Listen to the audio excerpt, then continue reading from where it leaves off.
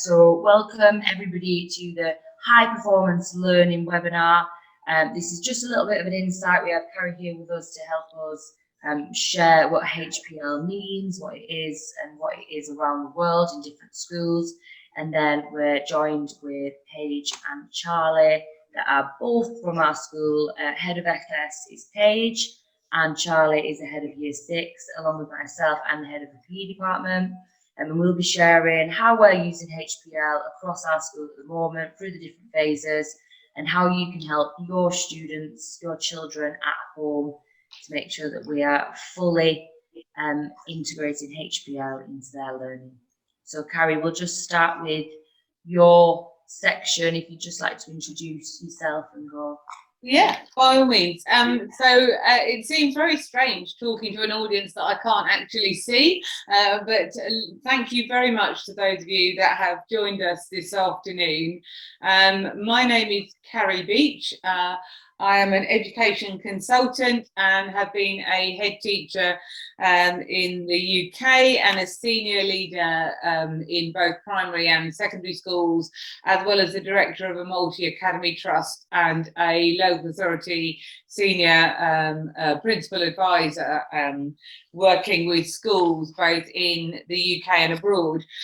In my current role with High Performance Learning, I am one of their associate directors, and I work with schools around the globe, and in particular I work with quite a lot of schools across the UAE to support them to implement the framework around high performance learning. So hopefully it's really lovely to meet you, and great that you found the time to join us this afternoon, and I'm sure others will want to look at this webinar after the event. I'm sure the school will upload things so that you'll be able to see that at a future date.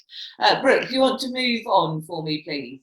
So the aims of the bit that I'm going to do is to take you through the key concepts and principles that sit behind high performance learning.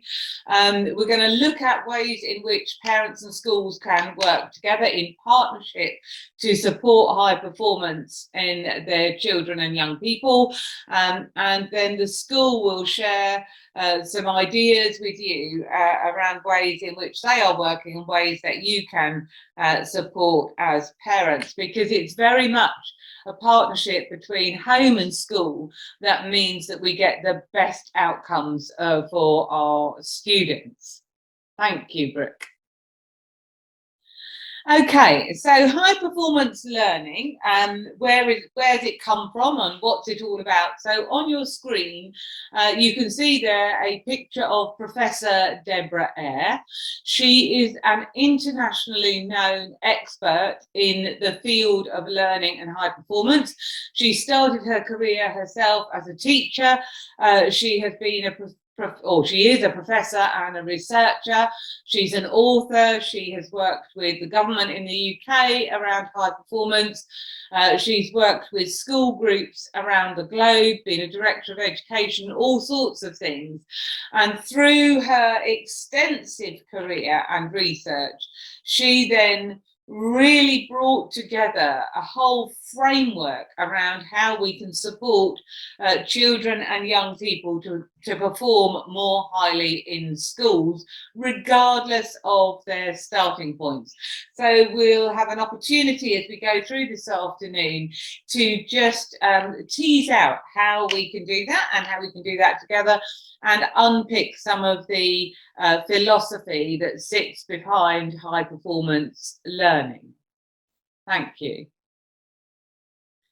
So high performance learning is a philosophy and a pedagogy. A pedagogy means it's a way of teaching and learning that sees every individual, both adult and child, as a potential high performer. And then there is a framework which underpins that philosophy and pedagogy.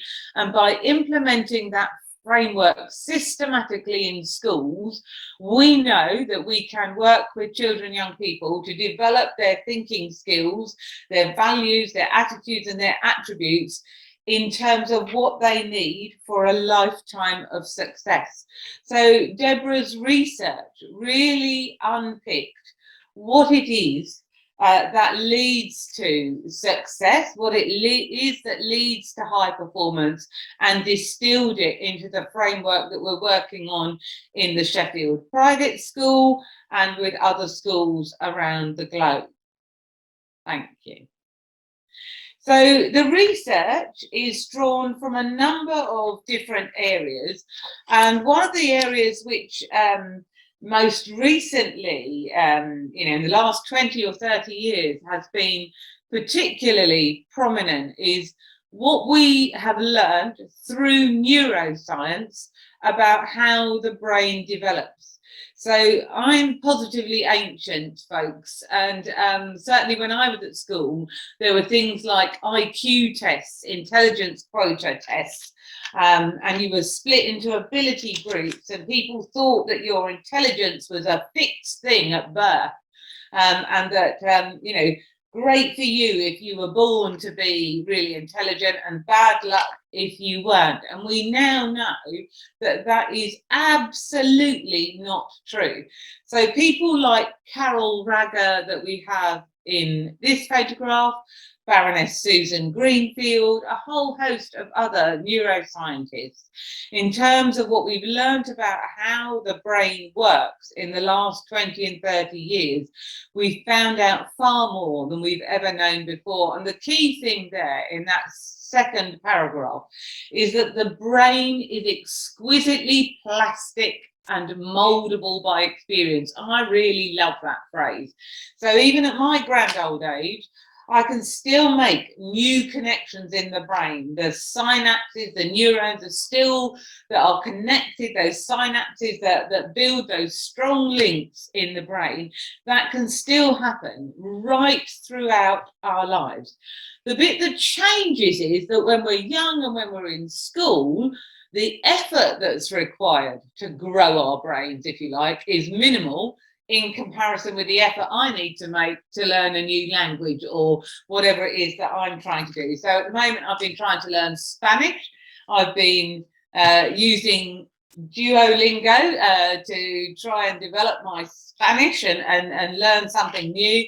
And that's requiring quite a lot of concentration. It's requiring me to put in quite a lot of effort in order to make those new connections and expand my vocabulary and learn a new language. For young children, just by exposing them to a range of opportunities, they absorb new learning a bit like sponges. Yes, it requires effort. Yes, it requires practice. Yes, it requires them to engage with the opportunities that they're being presented with. But throughout your childhood and into your 20s, the brain retains so much plasticity, as the neuroscientists would call it, that you can literally grow your intelligence no matter what your starting point is. And that's a really exciting thing for schools and for our children. So whenever the child comes into that school, we know that their potential is limitless. How exciting is that? That with your child at home, we don't know what they're going to grow up to be and do, and how their career paths, what they're going to do with their lives. But the potential is really exciting, and that potential is limitless. So one of the things that we can immediately do as parents is make sure that we open them up to all sorts of opportunities and help them to be as ambitious as they possibly can be. Thank you, Brooke. Okay, and one of the challenges, if you like, it's a bit like the film Back to the Future. I'm sure some of you and some of your children will have seen that. We're actually trying to support our children to go into a world where we don't know really what that world will look like. The pace of change is so rapid and knowledge isn't enough on its own, that we need to make sure that the children have got the skills and attributes that they need to be successful in life. And for the children currently in year 1, for example, in Key Stage 1, the chances are that by the time they leave school, university, whatever else, they'll be going into jobs that haven't even yet been invented. So we're preparing our children for a world we don't yet know. And yet there are lots of things that we can do to support them to be successful later in life. Thank you. So first of all, we know that there is also research from psychology that is informing the work that we do in high performance learning.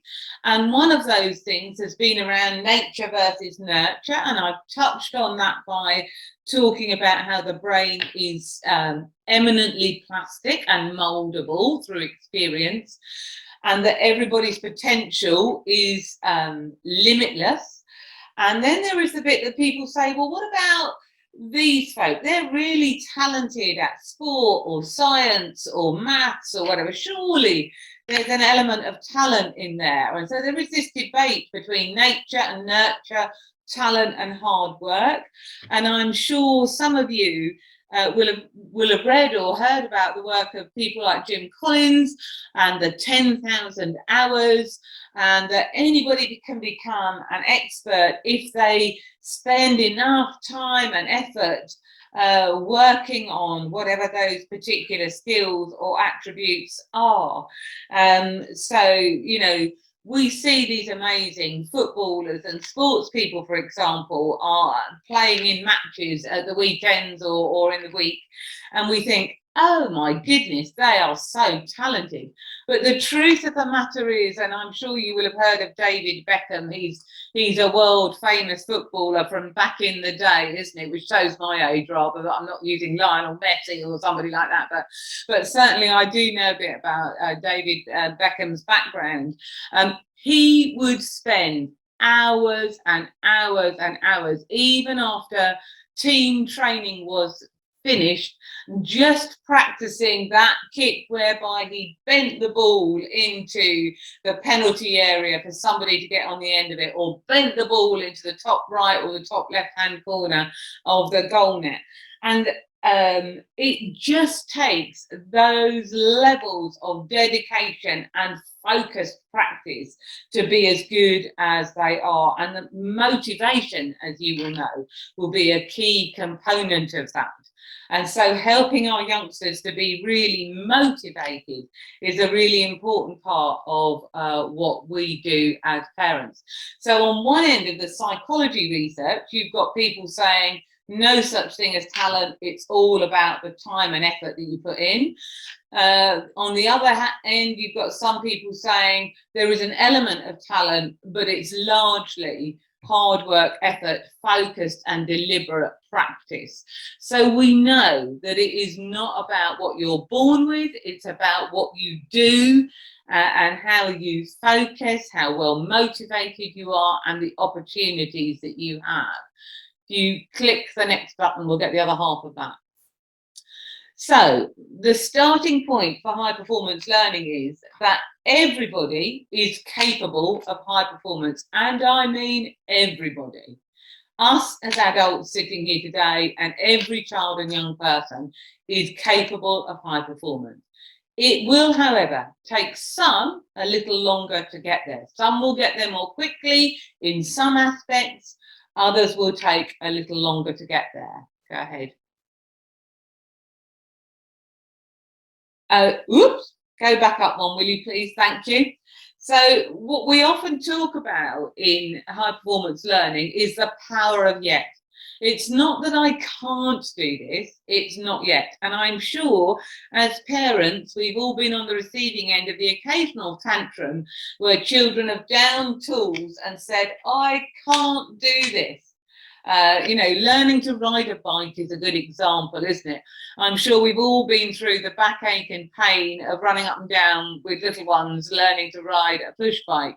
And there will be times and occasions where they wanted to give up and say, I can't do this. And we say, keep practicing, you'll get there. The reason why I've got the road sign there is, and I expect a number of you do drive, not all of you, but I'm sure some of you drive. And just because you might not have passed your driving test first time, doesn't mean to say that somebody turned around and said, oh, bad luck, it's not for you, driving is not your thing. They just said you need to practice a bit more, a bit of focused practice on the manoeuvres that you find more difficult in order to be able to pass your driving test. Thank you, Brooke. So for us as parents, then what can we do to really support our youngsters to perform really highly?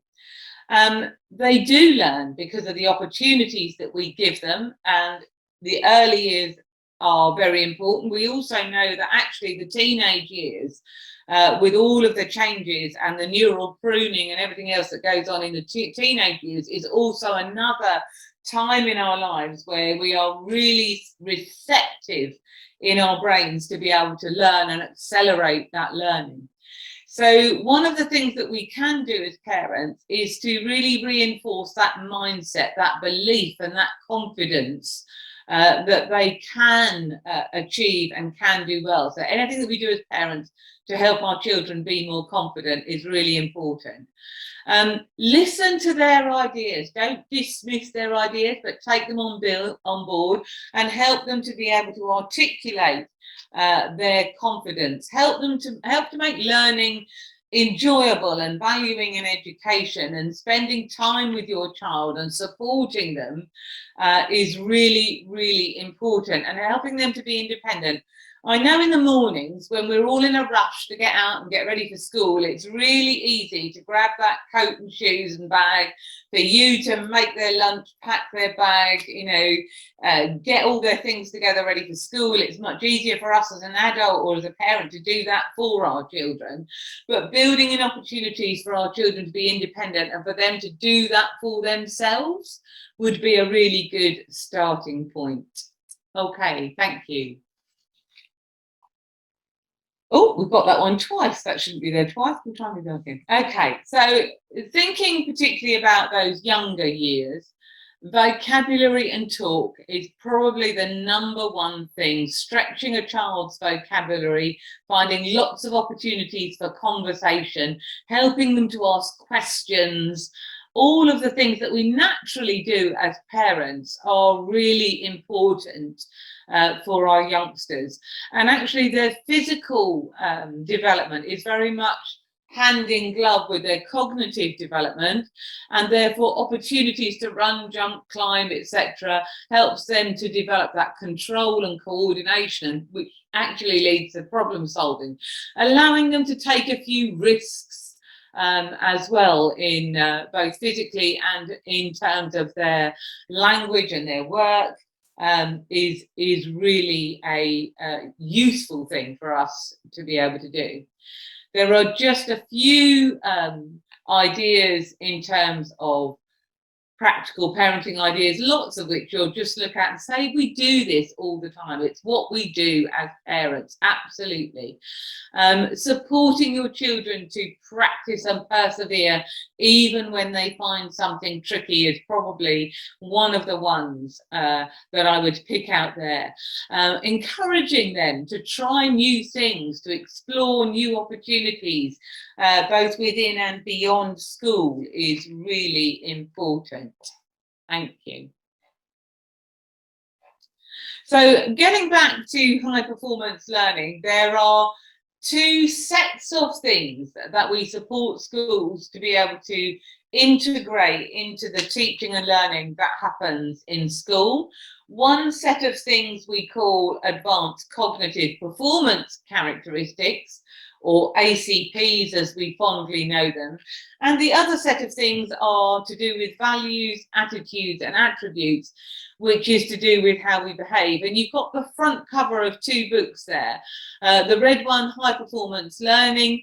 I mean, both of these books you can get on Amazon or whatever, but High Performance Learning is really the handbook for schools. The Great Minds and How to Grow Them is like a handbook for parents. So that is a useful book if you want to read in a bit more detail around the principles behind high performance learning. Thank you, Brooke. So we have a set of ACPs and VAAs, and I know you can't read those on the screen, and I think the next slide will just take you through the how to think, the advanced cognition, so how do high performance learners think. So can you flip on to the next slide for me? Thank you, Brooke. So we have 5 categories of thinking skills: creating, meta-thinking, linking, analysing and realising. And those things have subcategories, all of which have a research-based definition that sit with them. And through the curriculum, through the subjects that children learn in school, they will also be developing their skills around intellectual playfulness, around strategy planning, around seeing alternative perspectives, around critical or logical thinking, all of those things that you can see on the screen there. The teachers will be supporting your children to develop those skills, but on their own, they are not enough. So we have the set of values, attitudes, and attributes, which are divided into 3 groups: empathetic, agile, and hardworking.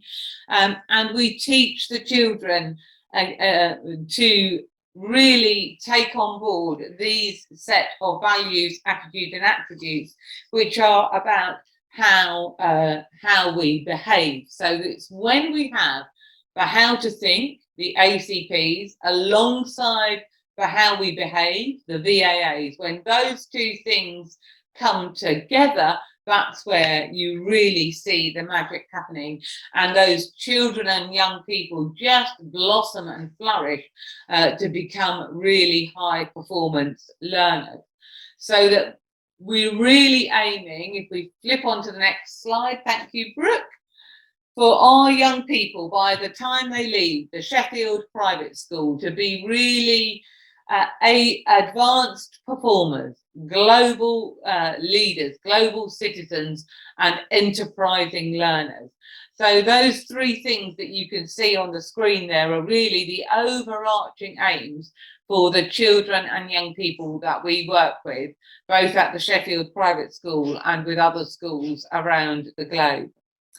Thank you very much for listening this afternoon. I'm now going to hand you on to colleagues. We're going to have a few minutes for questions if people have got questions, and then colleagues at Sheffield will take you through the work that they're doing to implement this in your school. Yeah, so I think we could actually just move straight on to that section, and then we'll do the Q&A at the end, actually, if that's all right with everybody. Paige is now, as I mentioned earlier, Paige is the head of our FS2 department, and she leads our HPL through the FS phase. So she's going to tell us a little bit about what we've been doing so far, and then what you can do at home as parents to support your children. Thank you, Brooke. Yeah, so as Brooke said, I'm just going to talk briefly about what we do for HPL in FS specifically, what it looks like in our classrooms, and what you can do to support from home. So what we're doing at the moment, we have HPL animals. We've chosen an animal and a name for each of the attributes from HPL. So for example, this term, we're focusing on Connie the creating cat, who you can see on the screen here, and Harry the hardworking hippo, as our ACP of the term is creating and our VAA is hardworking. We've chosen the animals and the cartoons just to help the children to remember the names and some of the language. For example, Harry the hardworking hippo shows perseverance, and the children are starting to learn what this means to try again in a challenge. We'll move on to inspiring a love for learning. So in the HPL philosophy and in the FS curriculum, they both have a large focus on inspiring a love for learning and active learning. So we keep this in mind when we're planning and throughout activities and when reflecting on them with children. All of the learning that we do is active learning, as it allows the children to explore the environment and take part in child-initiated activities. They choose their activities based on seeing a short input from the teacher, and then they can take that learning further, be inquisitive and want to find out more. As it is in any part of the school, it's important to both the children's learning and their self-esteem that work is displayed. So we have multiple high-performance learning displays throughout the school, as well as in our FS department. The language that we use on those as well fits in with the ACPs and the VAAs. And we have reflection time at the end of the day, linking to the ACP and VAA of the term. I'll talk a little bit more about reflection time on the next slide, but first, this is what it looks like in the classroom. So there are some examples on here. This first activity on the left, as you can see, it shows hardworking and meta thinking. Those are the two icons that are on there. This activity, the children were learning about Jack and the Beanstalk, and they had to come up with different ways that Jack could get down the beanstalk instead of climbing. So the children came up with ideas such as aeroplanes and parachutes. They had to plan what they were going to do, and then they made it. And it showed hardworking as they were persevering in any problems that they faced when they were making their models, and hardworking as, like I said, they planned and they had strategies on how to make these. In the next activity that you can see here, they were learning Goldilocks and the Three Bears. And in our maths in play activity, they had to investigate which containers Mummy Bear, Daddy Bear and Baby Bear should have. So they had a look at the sizes of the containers, they measured the capacity, and they were analysing in there, which is the icon that I've put above that. This next one, this boy brought this house to me that he'd made with some of the resources in the classroom.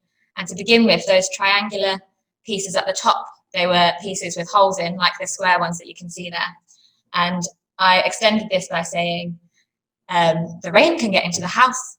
And he's taken that challenge and he's taken that off, and he's thought about the problem and he's changed his work. So that shows agile, which is that icon that I've got at the top there. And this last girl, she wrote a sentence, and when she took it to the teacher reread it to her, and the teacher had noticed there wasn't any full stops in it. So when she read it back to her, she didn't take any breaks. She read it straight as it looked. And then the child realized that she had made a mistake, and instead of getting upset about this, she showed resilience, she took that off, she changed her work, she made it better, she added in those full stops. Thank you, Brooke. So celebrating HPL in FS. So I said that we do reflection time. And in our reflection time at the end of the day, we bring the ACP and the VAA of the term to the carpet, and we bring a couple of the children's work, and we talk about what they did, and we talk about what they like about it, and we celebrated the work that they've done. But we also extend this a little bit and ask them, what could they do to make it better, or what will they do tomorrow using the skills that they've learned in that activity to do something different maybe. And so over here you can see one of the newsletters that went out. So HPL is explicit in our newsletters and posts that go home to parents. We use the icons from various elements of HPL and caption clearly what the child has done and how they've shown these attributes to allow them to also celebrate this at home. And over here, we also have on our online platform, Tapestry, we're able to send home observations and photos from the classroom, and we use it to showcase activities such as the ones I showed you on the previous slide, to celebrate all of the high performance learning that takes place in the foundation stage. This is an example from last year at the end of the year where we sent a very big post from the whole year of what they've learned. But this year, as we are focusing on an ACP and VAA of the term, we're going to do a post for each term with photos on for those. And this last bit is just how you can support your child at home. So firstly, like I said, on Tapestry, we post the ACP and the VAA of the term. This goes into both the medium term plan that shows what we're learning that year, that term, sorry.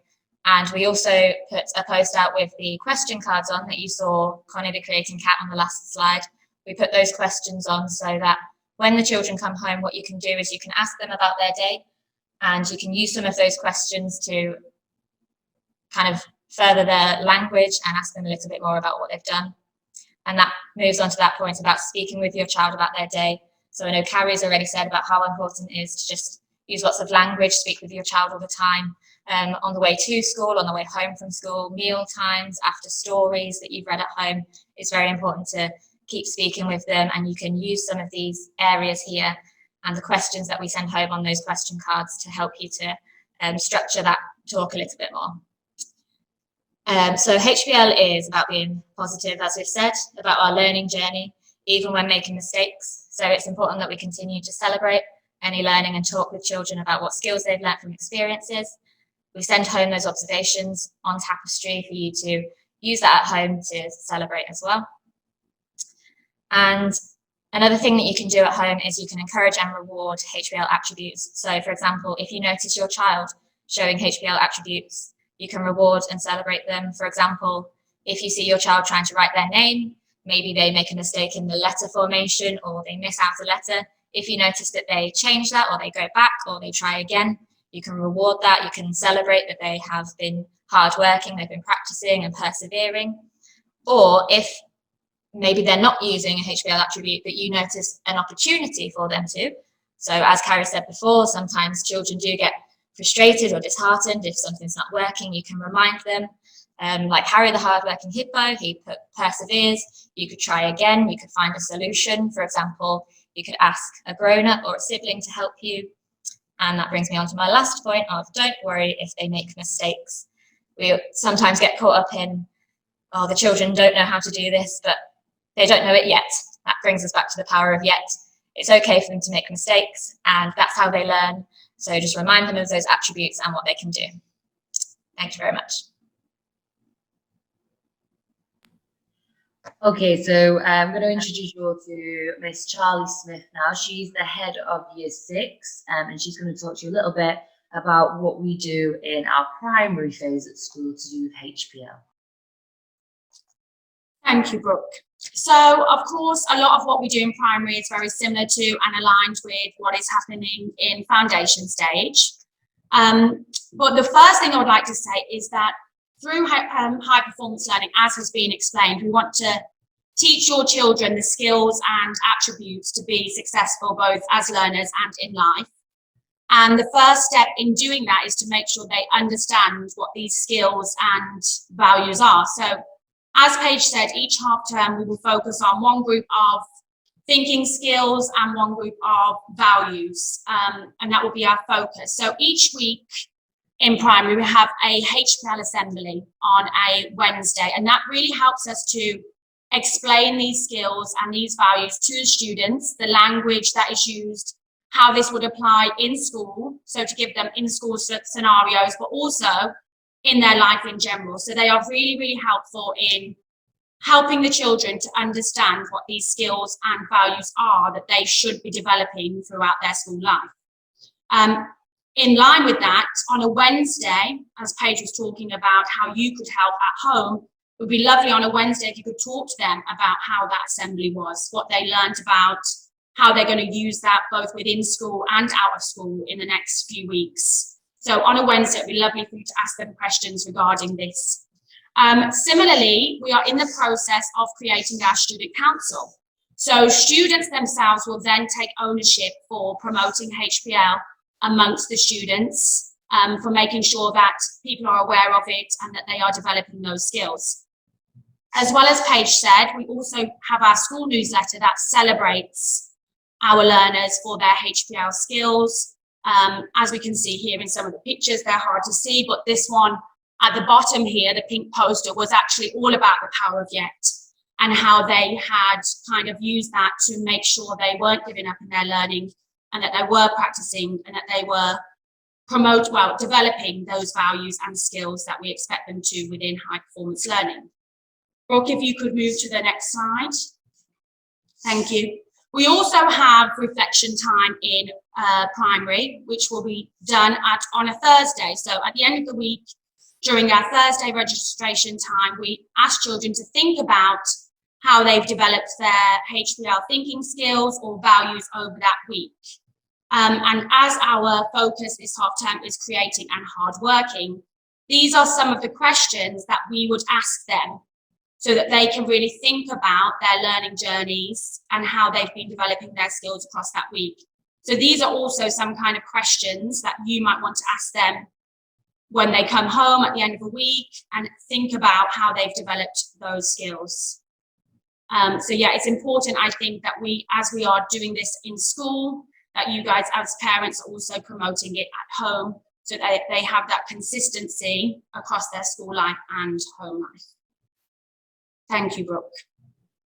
Thanks, Charlie. Okay, I'm just going to speak to you about how we've implemented this in secondary.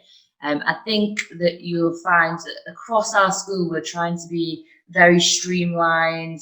We're starting to try and integrate things together. So a lot of the ideas that we have are across all the phases, but they're just slightly adapted to suit that specific age group. So things are like the curriculum that we've designed is based around specific ACPs and VAAs for a certain half term. And that means, so specifically we talked about practicing coming under when the exam periods are on for our secondary students. And the reason being is that they need that revision time. They need to keep going and they need to keep coming back and practicing those exam skills so that they're able to succeed and they're able to do well in their exams when they come to the January periods and their summer exam term as well. We've also, and Charlie mentioned this just then, so we've started to put together our student leadership team. We've actually rolled this out now instead of just being to sixth form. We've got prefects across every year group. The reason being is so that we have a voice for everybody.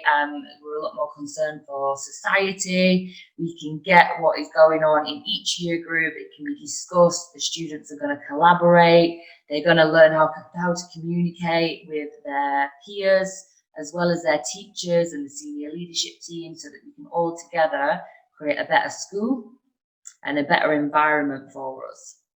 We also have introduced a work experience program in PE, and this is in partnership with the FS department, and that's going to be promoting our ACPs and VAA skills as well.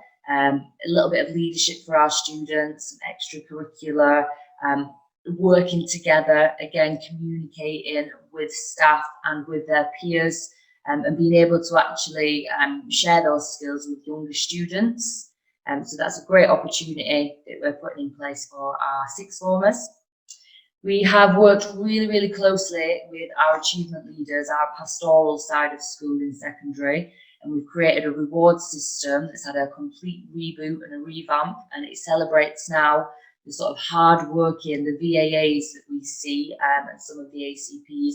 So within a lesson or within a hallway even, you know, if you're to hold a door open for a teacher, you're positive, you're polite, you're doing things that it's nice to be around. If you are promoting the skills in a lesson, if you're doing something really well, you are able to get reward points for that. And then at the end of each half term, there are going to be some reward trips or reward events happening for our students. Again, we also have a weekly newsletter, and this celebrates our use of ACPs, VAAs, all of the high performance learning in secondary. The same we have with display boards, very similar to FS and to primary for each different phase. A specific example is the students in Key Stage 4 are being selected each week and they're creating subject quizzes. So they are looking at their own learning, they're being very independent, they're focusing and identifying on where the gaps in their learning are, ready for their GCSE subjects, where they're struggling, where some of their peers are struggling. They're then creating little revision quizzes, and that's going out every week to the rest of their year group. So they're sort of helping each other to develop, which is great. They're collaborating, but they're also identifying in their own learning their strengths and weaknesses and where they need to improve, which is just fantastic to see. And we're only, a few weeks into the first half term, so we're really excited about what we're going to get to do for the rest of the year and how much we can develop. So again, just a couple of things that you can do to support our secondary students. Secondary students are not quite as open as some of our younger students in school. It's quite hard to communicate with them. I know that a couple of parents have told me that their sons and daughters come home and they get a little grunt from them, and that's about it for the rest of the night. So please try to make the most of having that little bit of family time where you can communicate with your children about their day. Get them off the laptops, their devices, they've been on them all day, at school. So have a little bit of a conversation with them. Ask them about what's gone well in their day. What have they done well? What would they like to see happen? What's going on in school? Yeah, just ask them about their successes. What are they doing really, really well? Make them feel good about themselves so that they're positive and they're ready to come back into school, and we can all celebrate these things together. So we also, I think this is really, really important for secondary students. We tend to put a big emphasis on their results and their exams and what they get out of these. But the actual process of getting there, the revision process, them actually learning these skills is actually the most important. We've got to start celebrating their effort rather than just the outcome of these assessments that they have. So we want to know if they're sat at home, they're revising for a couple of hours on a night, let's celebrate that. Let's tell them that they're doing a good job. Let's not just focus on what the outcome is, because there's always room to improve. We can always get better. And that's it. That's what we really want from you guys at home. So I think, I don't know if anybody has any questions about what HPL is, or maybe you'd like to ask us, how you can help at home, or something else about what is going on in school. You are welcome to ask questions now. Or if you've got a question, you can always put it in the chat, can't you? Yeah, there's a chat box at the bottom. One of the little, there's like a little speech bubble symbol that you might have used previously. You can always put a question in the chat if you don't want to unmute and say it out loud.